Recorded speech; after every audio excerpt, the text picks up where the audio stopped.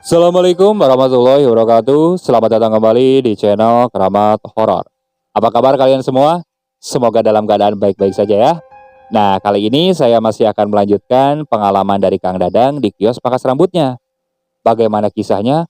Bagaimana teror yang akan mereka alami, termasuk para pegawai di sana? Apa mereka akan mengalami teror juga? Simak terus videonya di channel ini dan jangan lupa, sebelum mulai ceritanya, alangkah baiknya siapkan kopi, siapkan cemilan supaya saat mendengarkannya lebih santai. Jangan lupa tonton videonya sampai selesai ya, supaya tidak penasaran. Kalau sudah, kita mulai saja ke ceritanya. Berdasarkan informasi dari teman-temanku, akhirnya aku mendapatkan dua pegawai di pangkas rambutku. Kebetulan dua orang ini dia sudah berpengalaman di bidang pangkas rambut. Jadi itu mempermudahku untuk tidak mengajari mereka dari dasar. Dan mereka juga berasal dari luar kota. Saat itu sempat aku tawari mereka ingin ngontrak atau tinggal di kios pangkas rambut. Dan mereka memilih untuk tinggal di kios pangkas rambut saja. Katanya biar lebih nyaman dan mengirit biaya. Ya sudah, saat itu aku persilakan saja.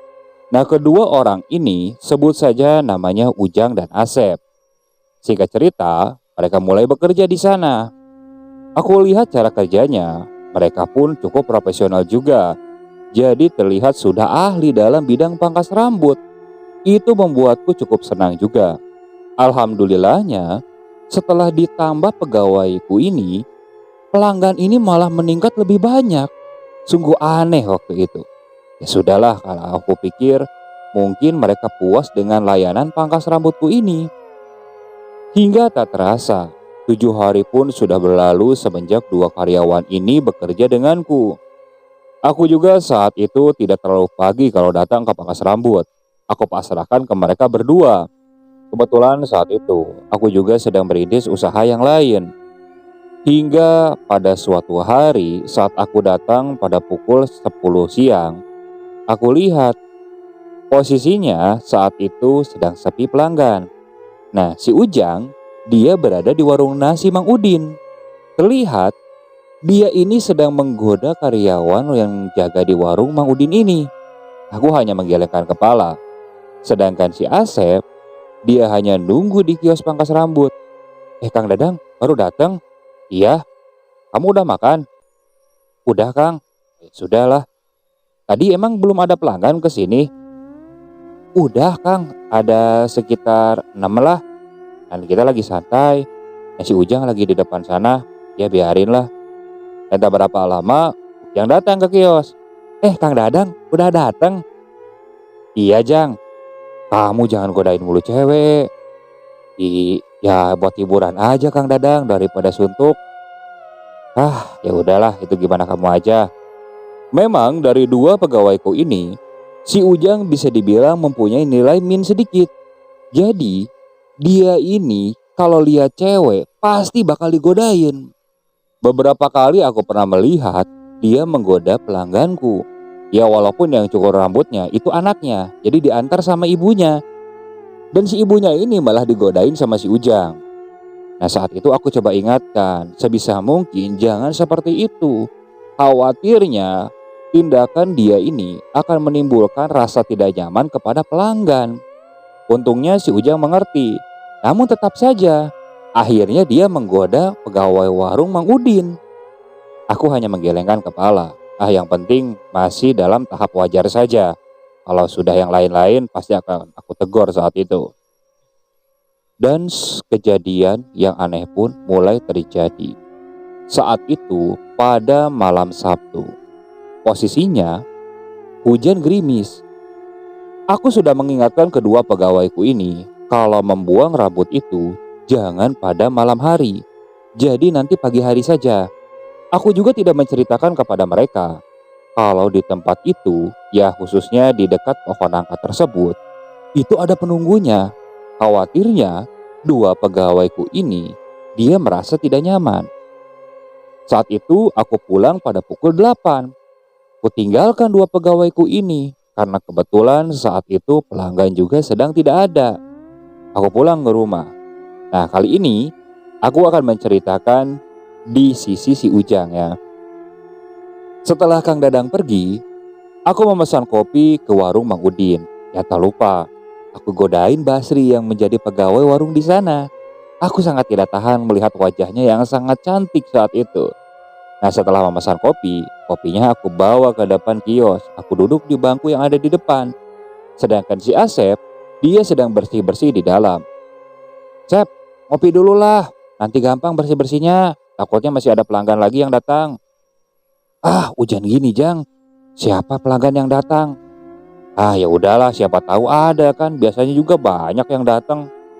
"Ya biar nyaman aja buat pelanggannya, Jang. Jangan kayak gitu." Nah, si Asep masih terus membersihkan, sedangkan aku duduk di depan. Sekitar setengah jam kemudian, hujan juga masih turun dan saat itu tambah deras. Entah dari mana, tiba-tiba aku melihat ada seorang perempuan yang tiba-tiba berdiri tak jauh dari kios. Posisinya dia kehujanan. Aku sempat kaget. Kok tiba-tiba ada perempuan di sini? "Kang, maaf, boleh saya ikut neduh?" "Oh, sini, Neng. Di sini, duduk di sini. Jangan di situ. Nanti kehujanan malah sakit. Di sini, Neng." Nah, si perempuan itu lalu menghampiriku. Dia duduk di bangku yang ada di depan. "Habis dari mana, Neng? Kok hujan-hujanan kayak gini?" "Habis dari teman." "Kok jalan kaki? Emang gak ada yang nganterin? Mana malam lagi. Ntar malah kenapa-napa lagi, Neng." "Gak apa-apa, A. Rumah saya deket kok. Itu di pinggir sana." "Pinggir mana, Neng?" "Oh, di belakang kios ini." Si perempuan itu hanya tersenyum. Nah, di situ aku melihat, loh, perempuan ini benar-benar cantik. Ditambah lagi, dari tubuhnya ini tercium aroma yang benar-benar wangi saat itu.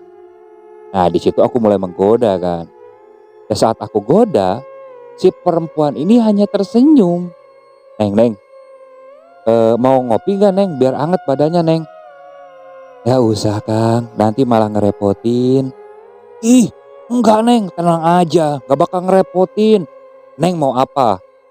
Teh panas, susu anget, kopi, atau apa? Mau makan juga, gak apa-apa. Nanti Akang yang bayarin. Beneran ya?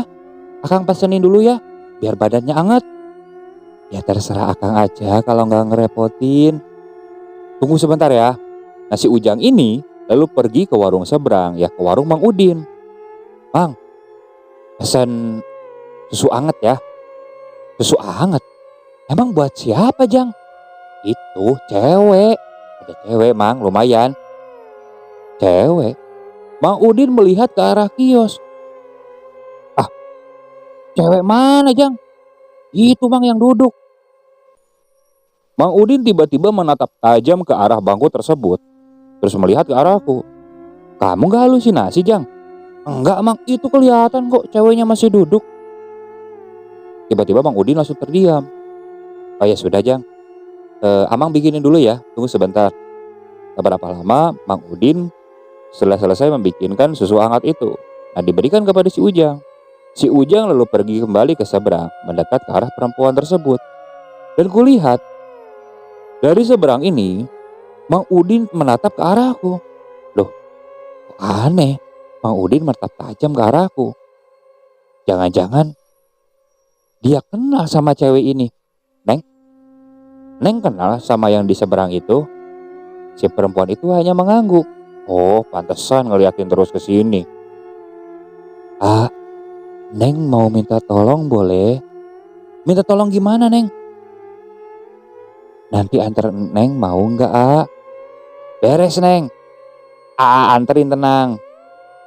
"Mau sekarang? Apa nanti? Tapi minum dulu itu susu hangatnya, biar enakan badannya." Si perempuan itu hanya tersenyum. Nah, aku ke dalam masuk untuk melihat si Asep. Dan ternyata si Asep ini sudah berada di kamar. "Sep, aku mau pergi dulu ya." "Mau kemana, Jang?" "Mau nganter cewek." "Cewek? Cewek mana?" Nah, si Asep ini dia melihat ke depan. "Ceweknya mana, Jang?" "Itu yang duduk di kursi." "Masa kamu nggak lihat? Ah, sama aja kayak mau Udin. Ah, kamu pura-pura nggak lihat." "Bentar ya, aku mau pergi dulu ke sana." Kalau memang sekiranya nggak ada pelanggan, tutup aja, Sep. Nanti aku ketok kalau mau ini ya, kalau mau masuk. Ya sudah, hati-hati kamu, Jang. Tapi beneran kamu, Jang? Mana ceweknya, Jang? Ah, ngaco kamu ah. Itu cewek di depan gitu. Dan setelah itu, si Ujang pergi ke depan. Neng mau sekarang anterin. Perempuan itu hanya mengangguk.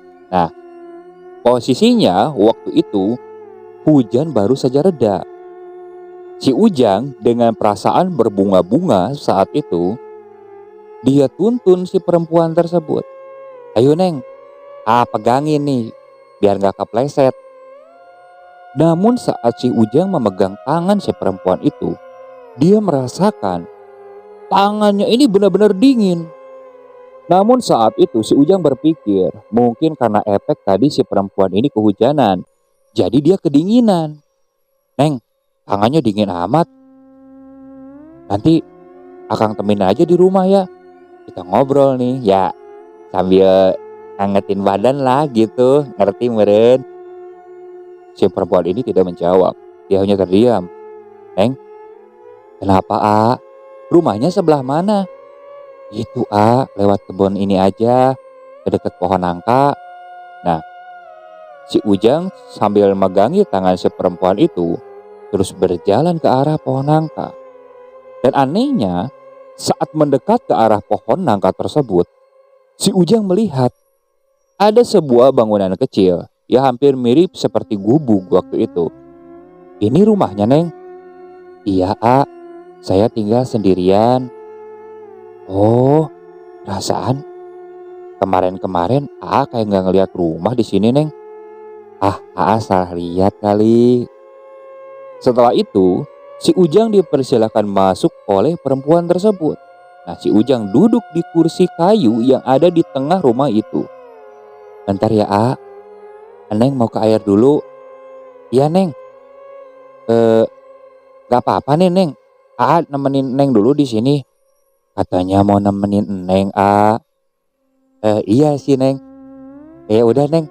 Tunggu di sini, Neng. Ucap si Ujang saat itu. Saat si perempuan itu pergi ke kamar mandi, si Ujang ini mempunyai niat yang jelek. Dia ingin mengintip si perempuan tersebut. Dia berjalan pelan ke arah kamar mandi. Nah, dia lihat dari celah-celah pintu tersebut. Dan si perempuan itu sedikit demi sedikit sudah menanggalkan pakaiannya. Si Ujang terus melotot melihat perempuan tersebut. Dan tak berapa lama, si perempuan itu bilang, jangan mengintip. Kalau mau, sini aja masuk ke dalam. Di situ, si Ujang langsung sangat senang kan. Enggak apa-apa, Neng. Sini aja, Si Ujang bergegas membuka pintu. Dia mendekat ke arah perempuan tersebut. Perasaannya saat itu berbunga-bunga karena dia bisa berpelukan dengan perempuan yang sangat cantik. Namun saat dia mendekat ke arah perempuan tersebut, dia mulai mencium. Ada aroma bau amis saat itu yang cukup menyengat. Loh, kok bau amis kayak gini? Si Ujang mulai berpikir aneh saat itu. Apa ada bangkai hewan di sini? Tapi dia tepis karena rasa nafsu yang sudah menguasai pikirannya. Dia mulai menempelkan dirinya ke arah perempuan tersebut. Tangannya hendak memeluk perempuan itu. Namun saat dia memegang tangan perempuan itu, dia merasakan sesuatu yang aneh. Jadi si tangan perempuan ini itu berubah menjadi keriput serta kuku-kukunya yang panjang. Sontak si Ujang ini melihat ke arah tangan si perempuan itu. Langsung dilepaskan tangan perempuan itu. Loh, kok berubah, Neng? Kok dilepasin? Neng manusia, Neng. Si perempuan itu tiba-tiba menoleh ke arah si Ujang. Wajahnya terlihat benar-benar menyeramkan. Wajahnya keriput hitam. Dan kedua matanya ini itu berwarna hitam. Sini temenin Neng, Tangan si perempuan itu berusaha meraih si Ujang. Si Ujang yang sudah sangat ketakutan itu mulai membalikkan badan dan hendak berlari. Namun sialnya, kakinya ini langsung dipegang oleh perempuan itu. Sontak, si Ujang langsung terjatuh. Buk, Neng, tolong, ampun, ampun. Ah, sini ah. Tangan si perempuan itu terus mencengkram kaki si Ujang. Terus diraih dan ditarik. Si Ujang tidak kuasa menahan tenaga sosok tersebut. Ampun, tolong, tolong, tolong. Ah, hingga akhirnya si Ujang ini dibalikan. Dan wajah sosok perempuan itu benar-benar dekat dengan wajah si Ujang. Terlihat lidahnya mulai menjulur. Lidahnya ini sangat panjang. Si Ujang yang sudah sangat ketakutan akhirnya tak mampu menahan kesadarannya kembali. Dia langsung pingsan saat itu. Sedangkan di tempat lain saat itu, Asep yang tidak melihat Ujang kembali akhirnya menutup kios. Saat itu Asep berpikir, palingan si Ujang mungkin menginap di rumah ceweknya. Karena si Asep ini memang sudah temenan dengan si Ujang dari kecil. Jadi tahu karakter si Ujang ini seperti apa. Dan saat itu si Asep langsung tidur. Esok harinya di rumah Kang Dadang, dan kali ini saya akan kembali bercerita dari sudut Kang Dadang. Entah kenapa, aku ingin pergi ke kios itu pagi-pagi sekali. Ada perasaan yang tidak enak saat itu. Jadi saat itu pada pukul 7:30 pagi, aku sudah pacu motorku untuk pergi ke kios pangkas rambutku. Saat sampai di sana, kulihat banyak orang yang mengerumuni pangkas rambut. Loh, ada apa ini? Cepat-cepat aku parkirkan motor. Dan di sana ada Mang Udin. Bang, ada apa nih bang? Itu si Ujang. Aduh, pingsan di dekat pohon nangka. Loh, kok bisa? Si Ujangnya mana sekarang bang? Itu di dalam. Bergegas aku masuk ke dalam. Dan di dalam, si Ujang sedang tergeletak di kamar. Ditemani oleh si Asep dan beberapa tetangga yang berada di kios seberang. Jang, kamu kenapa Jang? Kok bisa kayak gini Jang? Aduh, ampun, ampun. Jang, waduh. Mang Udin saat itu mengikutiku dari belakang. Bang, ini gimana Mang? Kok bisa kayak gini? Mang Udin lalu menceritakan kejadian semalam. Saat si Ujang ini datang memesan susu panas saat itu. Dia menceritakan, katanya si Ujang ini sedang mengobrol dengan salah seorang perempuan. Dan Mang Udin juga melihat si Ujang saat itu berjalan sendirian mendekat ke arah pohon nangka. Dan pagi harinya si Ujang diketemukan di atas pohon nangka di salah satu dahan yang cukup besar. Si Ujang sudah pingsan di sana, nyangkut di atas dahan. Warga yang saat itu menemukan coba memanggil-manggil si Ujang. Namun si Ujang ini terus mengigo seperti itu. Akhirnya dibantu beberapa warga, si Ujang ini diturunkan. Aku hanya menghela napas panjang mendengar cerita dari Mang Udin seperti itu. Sedangkan posisi si Ujang ini masih mengigau dengan badannya yang sangat panas saat itu. Ini mau gimana Sep? Udah dibawa aja ke kampung Kang. Soalnya di sana kan kakeknya si Ujang ini orang bisa, pasti bisa diobatin. Kalau dibawa ke medis juga percuma Kang. Soalnya ya kalau lihat ceritanya kayak gitu mah percuma dibawa ke medis mah. Ya sudah kalau kayak gitu. Hari itu juga aku meminjam mobil ke salah satu temanku. Aku antarkan si Ujang dengan ditemani oleh si Asep pergi ke kampung halamannya. Nah sesampainya di sana, aku menceritakan semuanya ke keluarga si Ujang ini. Kakeknya si Ujang hanya menghela napas panjang. Ini anak, kelakuannya gak rupa-rupa. Ya sudah, maaf ya kalau cucu saya jadi ngerepotin kalian semua. Gak apa-apa Ki. Ya sudah tuh kalau gitu saya pamit. Sep, kamu gimana? Mau di sini dulu atau gimana? Enggak Kang, saya mau ke sana aja bantu Akang. Masa dua-duanya nggak ada? Ya udah kalau kayak gitu mah. Dan setelah itu, aku dan Asep pun lalu kembali ke tempat pangkas rambut itu. Sepanjang perjalanan, aku bilang kepada Asep, Sep, sebisa mungkin kamu jangan takut ya kalau di sana. Enggak Kang, Saya kan di kampung udah biasa lah sama hal-hal kayak gitu mah, udah gak aneh. Ya masing-masing aja, yang penting kan kita nggak ngeganggu. Ya bagus kalau kayak gitu mah. Tapi kalau bisa mah Kang, saya beberapa hari minta ditemenin lah Kang. Jangan sendirian. Ya sudah, nanti sekarang sampai minggu depan lah saya akan temanin dulu nginep di kios. Malam itu, mau tidak mau kan mendengar keluhan dari si Hasep seperti itu, aku menginap di sana. Untungnya ketika malam hari menginap di sana, itu tidak ada gangguan yang lain. Namun esok malamnya saat itu pada pukul setengah 9 malam, saat aku duduk di depan, sedangkan si Asep, dia sedang membereskan pelanggan yang ada di dalam. Dan aku melihat kembali, ada pemuda yang dulu pernah pertama kali aku membuka pangkas rambut. Dia mendekat ke arahku. Kang, saya mau potong rambut lagi. Oh, eh, silakan Kang, masuk ke dalam. Tapi Kang, tapi kenapa Kang? Eh, saya punya uangnya nggak banyak Kang. Udah nggak apa-apa, masuk aja Kang. Nanti saya potongin rambutnya. Dan orang itu mulai masuk ke dalam.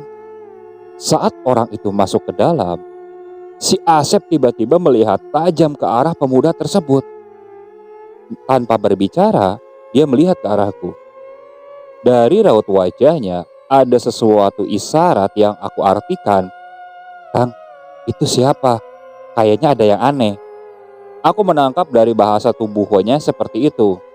Namun saat itu aku tidak meresponnya. Jadi aku langsung memotong rambut si pemuda tersebut. Padahal aku potong rambut pemuda ini belum terlalu lama. Tapi posisi rambutnya ini sudah seperti semula saat sebelum aku potong saat pertama kali dia kesini.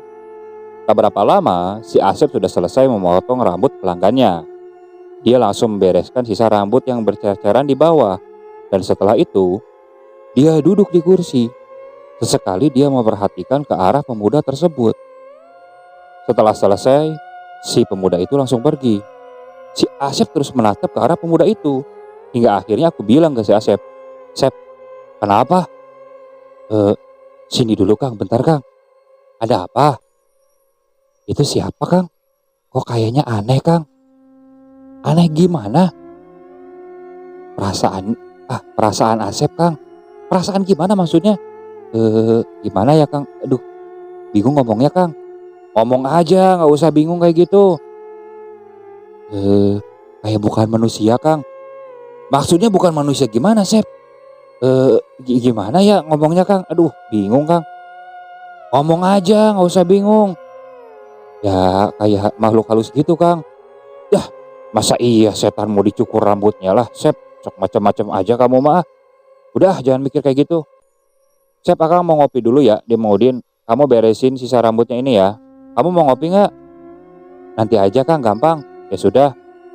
Setelah itu, aku pergi ke warung Mang Udin. Kebetulan Mang Udin juga sedang bersantai di depan. Nah saat ngopi, aku ngobrol dengan Mang Udin. Bang, saya penasaran sebenarnya itu perempuan yang sering ganggu di sini emang siapa itu Mang? Namun saat aku bertanya seperti itu, Mang Udin seperti bingung dia menjawabnya. Dia melihat sekeliling. Mang, woi, eh, nanti aja lah. Ngobrolnya jangan malam-malam kayak gini. Emang kenapa Mang? Pokoknya nanti aja lah siang kalau mau nanya kayak gini mah. Ditambah, saya juga gak enak ceritanya. Kalau mau, kamu tanya aja ke pemilik lahan ini. Dia lebih tahu ceritanya. Mang Udin mah kayak gitu Dan setelah itu kami mengobrol biasa saja dari kehidupan, politik, dan yang lain-lainnya. Hingga tak terasa, sampai pukul 11 malam, akhirnya aku pergi kembali ke kios. Saat aku masuk, kulihat si Asep sudah tertidur dengan nyenyak. Ini anak cepet banget tidurnya. Setelah itu aku tutup pintu dan tutup rolling door-nya. Aku masuk ke kamar untuk beristirahat. Belum lama aku terpejam, aku mendengar ada suara orang yang sedang mandi di dalam kamar mandi. Posisinya saat itu aku masih terpejam. Namun telingaku dengan jelas mendengar suara air di kamar mandi tersebut. Saat itu aku berpikir mungkin si Asep. Karena penasaran, aku mulai membuka mata. Namun saat aku membuka mata dan melihat ke samping, si Asep ini sedang tertidur dengan nyenyak. Loh, kalau si Asep tidur, terus yang di kamar mandi siapa? Dan suara air itu masih terus terdengar. Karena merasa takut, aku urunkan niatku untuk melihat. Jadi aku tutupi saja wajahku dengan sarung saat itu. Dan tak berapa lama, aku mendengar ada suara perempuan yang sedang bersenandung. Di situ pikiranku langsung yakin kalau itu adalah sosok kuntilanak yang pernah menggangguku. Jadi cepat-cepat aku paksakan mataku supaya terpejam, serta di dalam hati aku berdoa dengan doa yang aku bisa. Untungnya situasi seperti itu tidak berlangsung lama, mungkin sekitar 5 menitan. Dan setelah itu suasana mendadak menjadi hening. Benar-benar sepi saat itu. Tidak ada suara sama sekali. Bahkan suara ngorok si Asep pun tidak terdengar. Di situ aku mulai ketakutan. Khawatirnya sosok perempuan itu mulai menampakkan wujudnya. Di dalam hati aku terus berdoa saat itu. Alhamdulillahnya malam itu gangguan tidak berlanjut. Hingga akhirnya esok pun tiba. Seperti aktivitas biasanya, setelah bersih-bersih kami mulai ngopi sambil menunggu pelanggan datang. Dan tak berapa lama beberapa pelanggan pun mulai berdatangan. Hingga pada pukul 5 sore, aku mendapatkan telepon dari orang tuaku. Mereka ingin bertemu, katanya ada sesuatu hal yang harus dibahas. Mau tidak mau, malam itu aku tidak bisa menginap di kios. Aku bilang kepada si Asep, "Sep, malam ini kayaknya aku gak bisa nemenin nih." Bayah nanya, "Iya gak apa-apa Kang, kamu berani kan?" Berani, tenang aja. Itu kan warung Mang Udin buka sampai pagi itu. Kalau ada apa-apa mah minta tolong aja ke Mang Udin ya." Iya Kang." Dan setelah itu aku langsung pergi. Padahal posisinya di kios masih banyak pelanggan. Tapi aku percayakan kepada si Asep. Karena si Asep ini bisa menyelesaikan semuanya.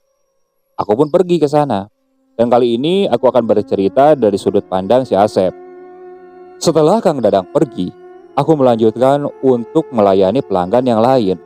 Hingga tak terasa, pada pukul 10 malam, semuanya sudah selesai. Di situ aku merasakan badanku cukup lelah. Aku mulai membereskan sisa rambut yang berceceran di lantai. Aku masukkan ke karung yang disediakan di sana. Setelah semuanya beres, aku pergi ke warung Mang Udin untuk makan. Karena kebetulan dari sore tadi aku belum makan sama sekali. Nah, selesai makan, aku memesan satu kopi dan aku bawa masuk ke dalam kios. Namun saat aku masuk, entah kenapa, aku merasakan ada perasaan yang berbeda saat itu. Ada perasaan takut, padahal biasanya tidak sama sekali. Apa karena kemarin si Ujang mengalami sesuatu yang aneh? Aku coba tepis pikiran seperti itu. Aku masuk ke kamar, setelah aku tutup pintu dan kurapikan semuanya, jadi aku bersiap untuk beristirahat malam itu. Aku melamun sambil menikmati segelas kopi.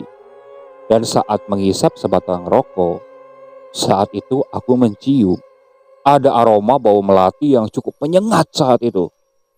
Aku terdiam, karena aku yakin pasti ada sesuatu yang tidak beres. Biasanya dulu kalau di kampung, bau melati yang tiba-tiba tercium, biasanya muncul sosok kuntilanak. Aduh, jangan-jangan. Saat itu aku matikan rokok yang aku hisap. Bergegas, aku tidur saat itu. Aku tutupi tubuhku dengan sarung. Di dalam hati aku berdoa. Namun entah kenapa, aroma bau melati itu semakin kuat tercium. Di situ aku mulai bilang, "Jangan ganggu, napsi-napsi aja masing-masing. Saya nggak ganggu kok. Beneran saya nggak ganggu. Saya cuma kerja di sini." Aku bilang seperti itu. Dan mendadak, bau melati itu hilang. Di situ pikiranku sudah mulai tenang. Jadi aku lanjutkan untuk tidur. Tak berapa lama, aku langsung tertidur. Entah pukul berapa saat itu. Saat aku tertidur, aku biasanya kan memeluk guling.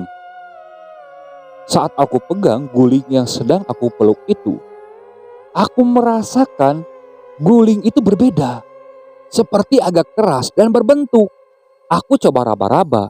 Duh, kok bentuknya kayak sosok manusia gitu kan. Di situ aku belum berani membuka mata karena aku sangat takut. Dan tak berapa lama aku merasakan ada sebuah tangan yang tiba-tiba memeluk tubuhku. Di situ aku merasakan si tangannya ini memiliki kuku-kuku yang panjang dengan tekstur tangannya yang benar-benar mengerikan. Di situ jantungku langsung berdebar cukup kencang. Astagfirullah, astagfirullah. Belum berani aku membuka mata saat itu. Dan tak berapa lama aku mendengar ada suara cekikikan tawa perempuan. Suara cekikikan tawanya ini pelan dan itu terdengar tepat di depanku. Saat itu jantungku serasa mau copot. Astagfirullah, astagfirullah. Ingin rasanya aku lari, tapi tangan dari sosok itu memegangi tubuhku. Jadi aku tutup saja mataku supaya aku tidak bisa melihat sosok tersebut. Jadi aku ini seperti pura-pura tidur saat itu. Namun sosok itu terus saja menakut-nakutiku. Dia meraba-raba tubuhku dengan tangannya yang mengerikan. Dan tak berapa lama aku merasakan pipiku ini seperti disentuh oleh sesuatu yang basah. Hampir mirip seperti lidah. Tapi lidahnya ini seperti panjang. Di situ ketakutan yang sudah memuncak sudah tidak bisa aku tahan kembali. Dengan tenaga yang tersisa, aku coba angkat tangan sosok tersebut.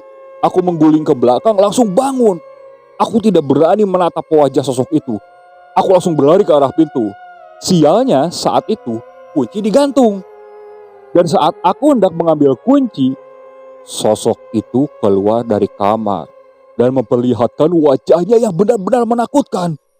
Rambutnya terurai sampai lantai. Dari matanya ini berwarna hitam, dia menatap ke arahku sambil tersenyum menyeringai. Di situ badanku langsung kaku, tidak bisa digerakkan sama sekali. Aku seperti terkesima menatap sosoknya ini. Astagfirullah. Sosok itu terus mendekat, terus mendekat. Dengan tenaga yang tersisa, aku coba berdoa. Pelan-pelan aku gerakkan tanganku dan akhirnya aku bisa meraih kunci tersebut.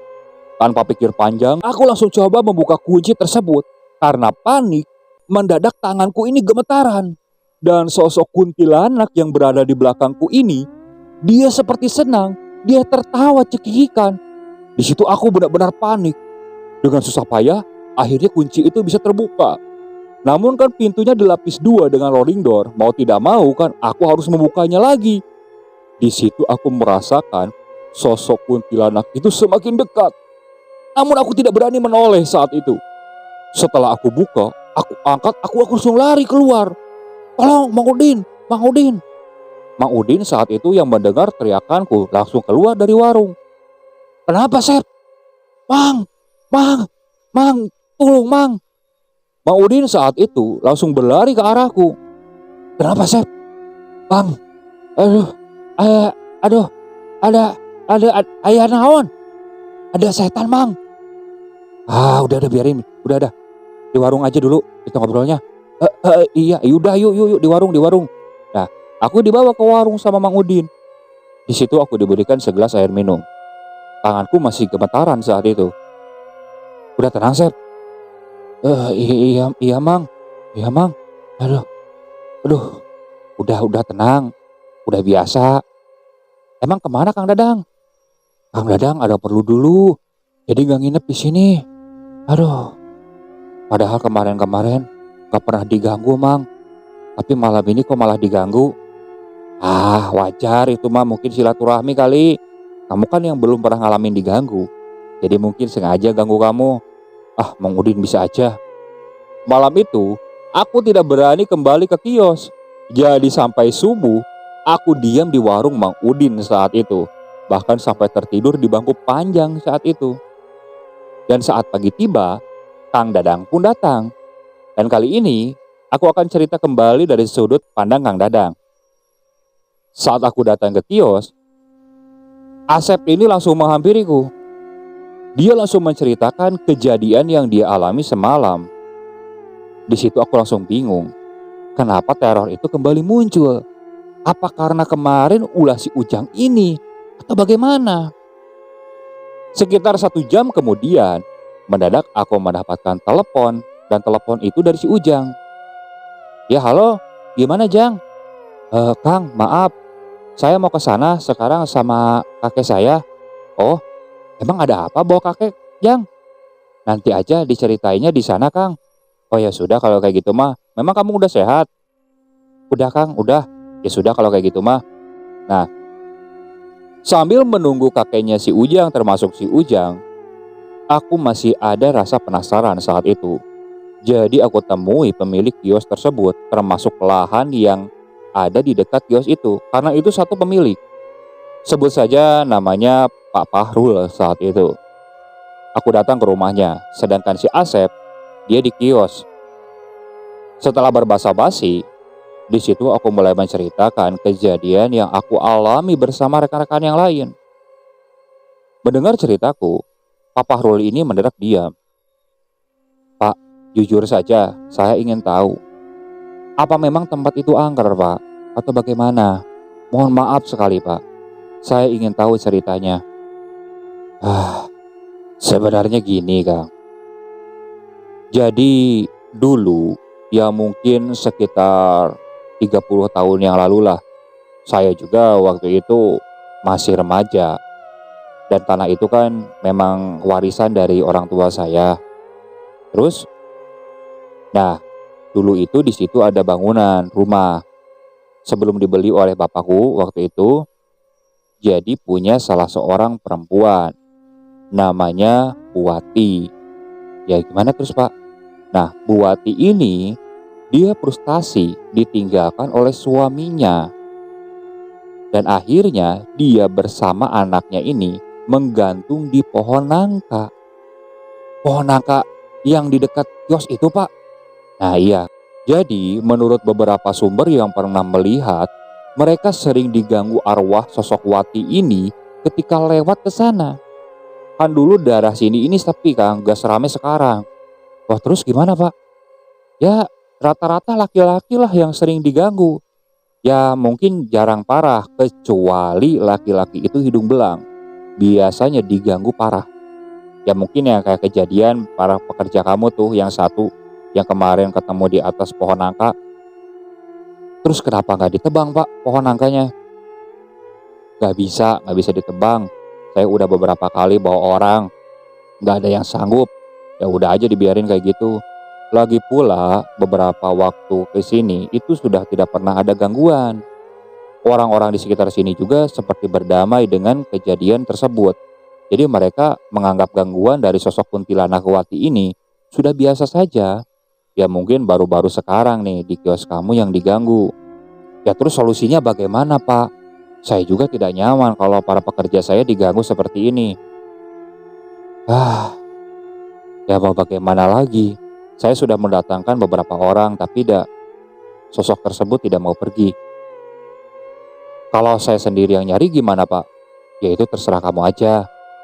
Pokoknya yang penting sosok itu bisa pergi. Kalau memang bisa pergi, jujur saja, saya akan sangat bersyukur kepada kamu. Kios itu akan saya berikan kepada kamu. Ya sudah, Pak, kalau kayak gitu mah. Oh iya, Pak, satu lagi.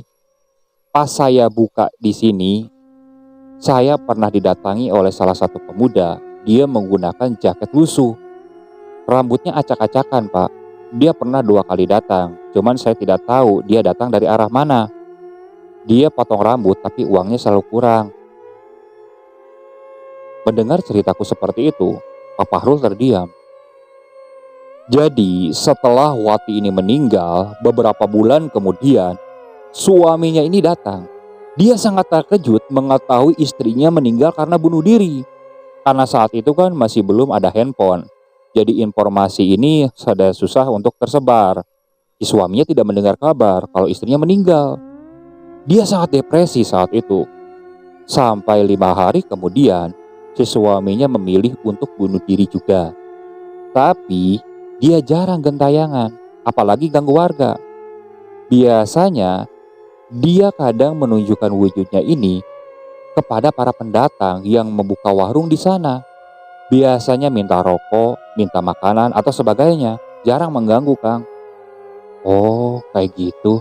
Ya sudah atuh Pak Fahrul. Makasih ya. Ya mudah-mudahan saya juga ada solusinya nih buat kios saya supaya gak diganggu oleh makhluk tersebut. Ya sudah Kang Dadang. Mudah-mudahan Kang Dadang bisa membereskan semua ini. Janji saya, kalau Kang Dadang bisa ngusir sosok Ahwati ini, kios itu buat Kang Dadang.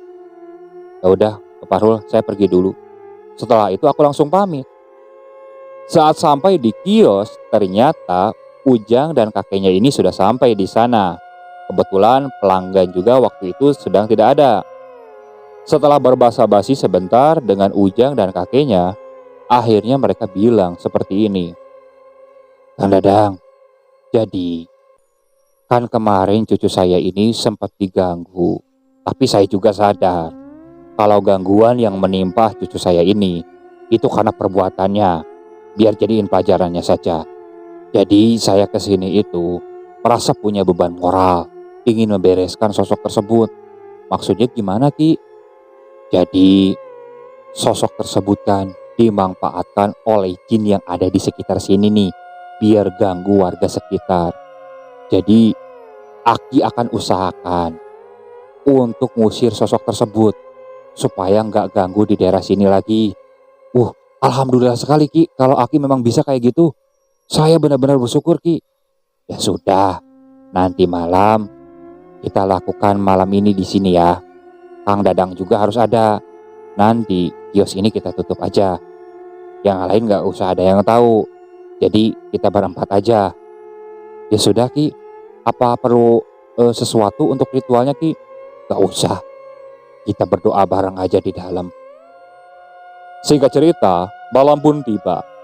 Pada pukul 9 malam, kakeknya si Ujang ini mulai melakukan ritual saat itu.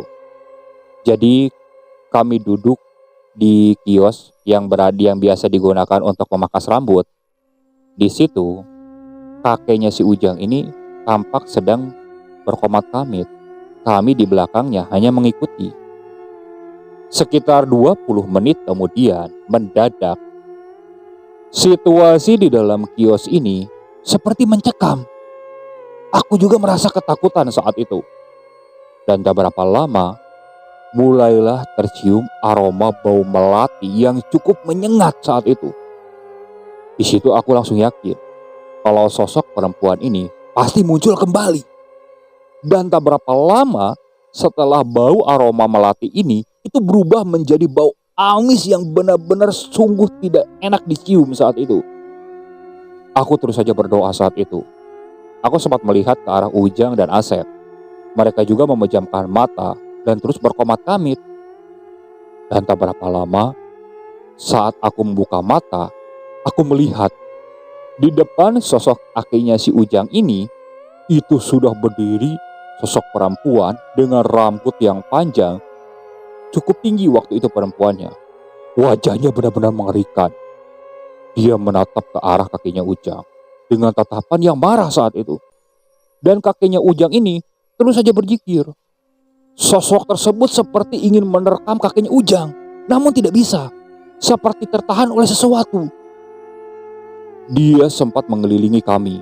Namun anehnya, saat akan mencengkeram kami bertiga, sosok tersebut pun seperti terpental. Seperti ada sesuatu yang menghalangi kami. Di situ aku terus saja berdoa. Dan sosok ini tiba-tiba menjerit kepanasan. Ampun, ampun. Kakinya si Ujang ini terus saja berdoa saat itu. Hingga tak berapa lama, sosok tersebut mendadak berubah menjadi kepulan asap. Lama-lama, kepulan asap itu menjadi tipis, dan menghilang saat itu. Melihat seperti itu, kakeknya Ujang langsung mengucapkan hamdalah.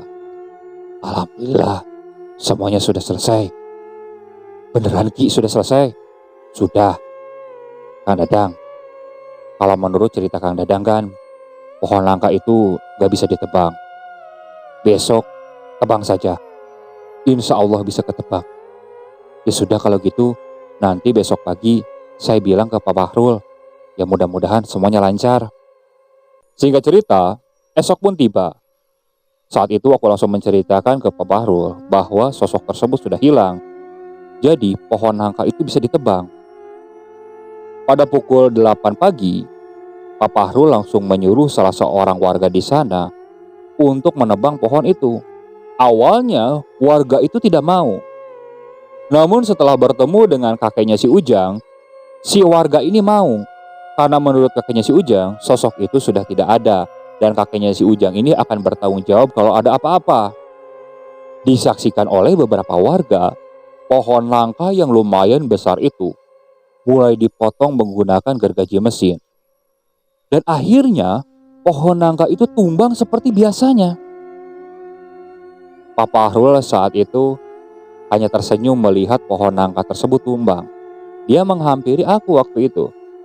Kang Dadang, seperti janji saya kemarin, mungkin ini milik Kang Dadang.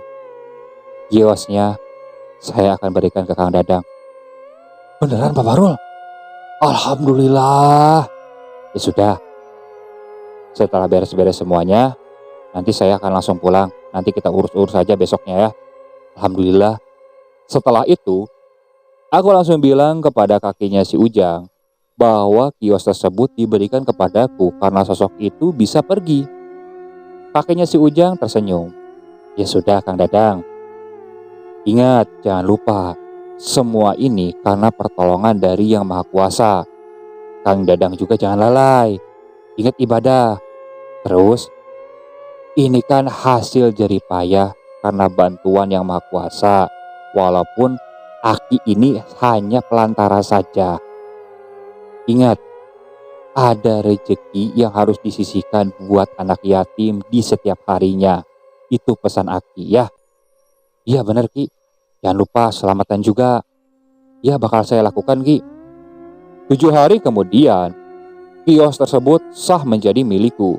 Dengan surat-surat yang sudah aku balikan atas namaku. Saat itu, aku mengadakan syukuran di sana dengan mengundang beberapa anak yatim untuk hadir di sana juga. Termasuk kakeknya si Ujang yang saat itu aku suruh datang ke sana.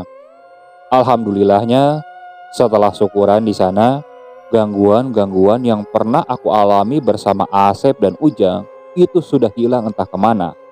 Dan usahaku sekarang pun lumayan berkembang. Bahkan aku mempunyai beberapa cabang di tempat-tempat yang lain. Untuk Asep dan Ujang, mereka kupercaya untuk mengelola pangkas rambut di daerah yang lain. Karena dua orang ini, usahaku sekarang benar-benar berkembang. Termasuk jasa dari kakeknya si Ujang ini. Oke, sekian untuk cerita kali ini. Saya mohon maaf apabila masih banyak kekurangan dalam pembawaan ceritanya. Kritik dan sarannya silakan kalian bisa cantumkan di kolom komentar. Tak lupa, saya juga ucapkan terima kasih kepada para penonton yang terus setia mengikuti cerita dari channel Keramat Horor ini. Semoga kalian selalu diberikan kesehatan, dilancarkan rezekinya, dan dijauhkan dari musibah. Terus ikuti cerita-cerita yang dibawakan oleh channel Keramat Horor ini. Assalamualaikum warahmatullahi wabarakatuh.